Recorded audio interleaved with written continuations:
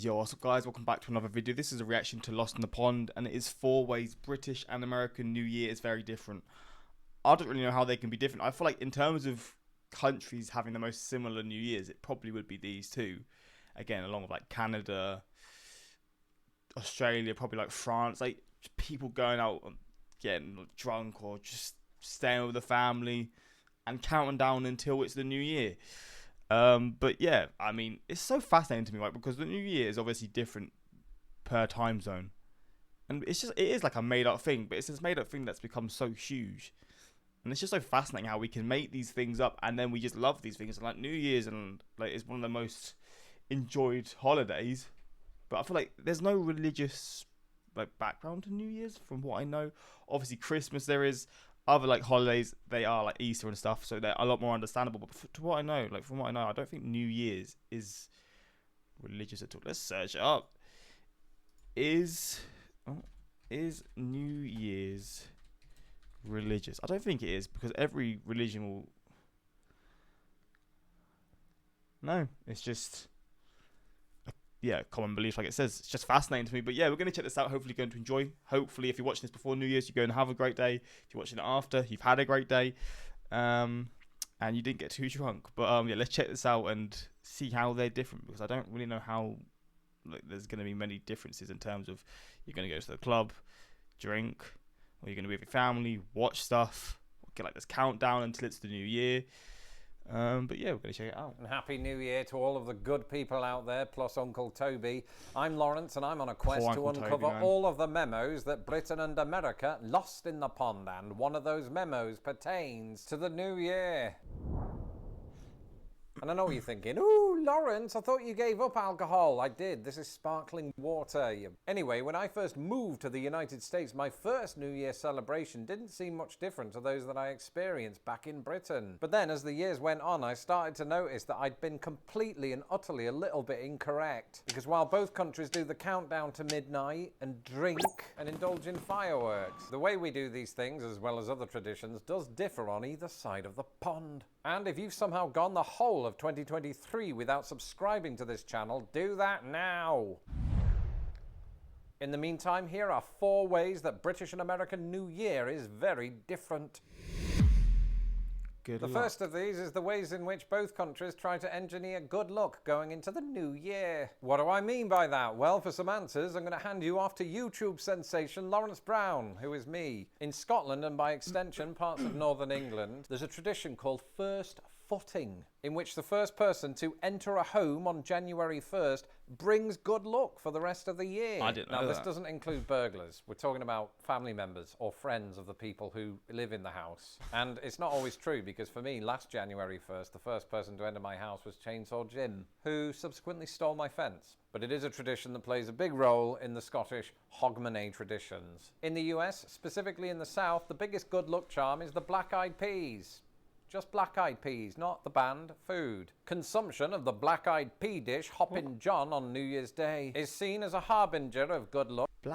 I don't really associate any meal with New Year's in the UK. Probably just snacks. So there's an actual certain meal that's popular. And they look more like beans, not peas. For the year ahead, unless it's me doing the cooking. Time zones. Okay. You would not believe how much of an impact times. That's true, actually, because in the US, people are celebrating it at different times. Obviously, in the UK, it's all at the same time. That's quite weird, actually. Zones can have on one's New Year celebrations. Firstly, growing up in Britain, I and the rest of the country were on the exact same time zone. So all of our celebrations were in perfect unison. It never occurred to me that there are countries around the world where this is not the case. And one of those countries is the United States. Now, when I lived in Indianapolis, this wasn't really a problem. And that's because I was on Eastern Standard Time, which is the same time zone as Times Square. There's a lot of time involved. But then I moved to Chicago, and I was suddenly 1 hour behind New York. From then on, watching Dick Clark's Rocking New Year's Eve felt weird, because I was celebrating something that wouldn't happen for an hour yet. And then I considered that in addition to those 2 time zones, there are 4 more. Mountain, 2 hours behind New York. Pacific, 3 hours behind. Alaska Aleutian, 4 hours behind. And Hawaii, 5 hours. All that said, I'm going to let you in on a little secret that I discovered this week. If you extend this to include American territories, as well as British territories, both have exactly 9 time zones apiece. So in that respect, you could say that we're not so different, you and I. I swear I'm not drunk. Countdown. And then there's the countdown itself, and in Britain, all eyes turn to the Elizabeth Tower, or as it's known to purists, Big Ben. But I only found out it's called Elizabeth Tower earlier today. What the hell?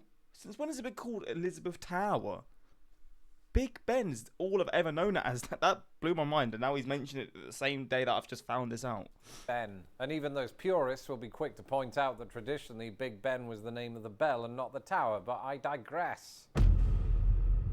In hindsight, I suppose it's weirdly logical to count down to the new year by staring at one of the world's most famous clocks. And for me, the sound of Big Ben's gong, which I promise isn't rude in any way, will forever be synonymous with the passing of one year to the other. In America, we watch a ball drop. Again, that's not dirty. And that's because the ball in question is massive and made out of crystal. And instead of taking place in the country's capital city, which probably wouldn't allow buildings of this height, the ball is dropped in New York. And I don't really know what happens once the ball reaches its final destination. Does it smash into a million pieces? Because that would mirror the fate of most of my champagne glasses. Actually, I'm just hearing from an article that I read online that it does not smash, it comes to a rest. Which on the one hand is good, but on the other doesn't make for such a resting television. I haven't seen this ball ever, unless maybe I have and I just can't really remember, but...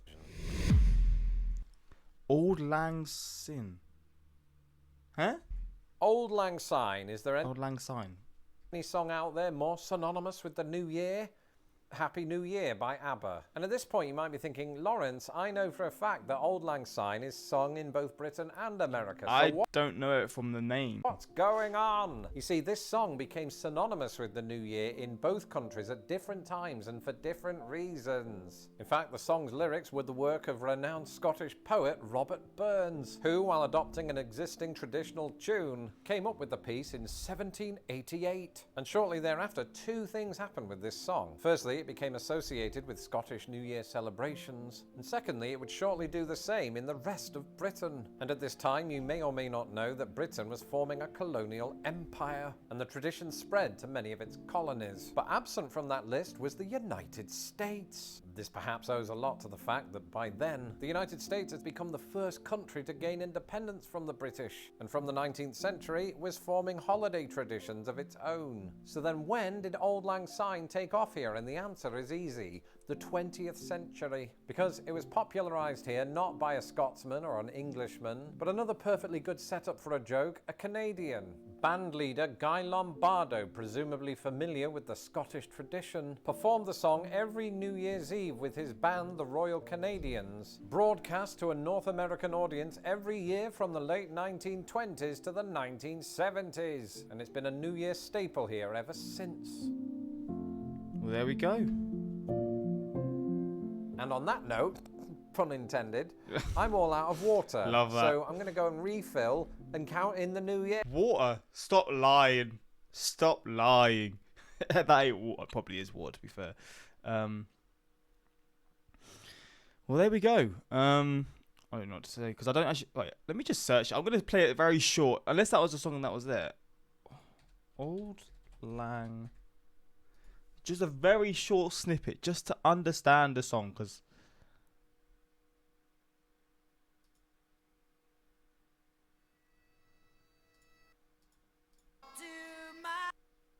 It says it's copyrighted, so I've got to be careful. Don't know it. That's all I'm gonna play. It's probably like, I'm gonna listen to it after just to actually see if I know it or not, but I can't play it. Maybe it's only doing copyright the video, and if it does, I'm gonna cut that out. But yeah, hopefully you enjoyed this reaction. Hopefully you have a great New Year's celebration, and yeah, 2024. What a weird number, 2024. The 20s just don't seem right from 2020 to now. That's just mad, mate. We're gonna the idea of then getting to 2030 and stuff. It's just scary, but yeah, hopefully you have a good year. You have some good resolutions that you want to stick to, and yeah, that's pretty much it. Hopefully you enjoyed. Until next time, I subscribe. Peace.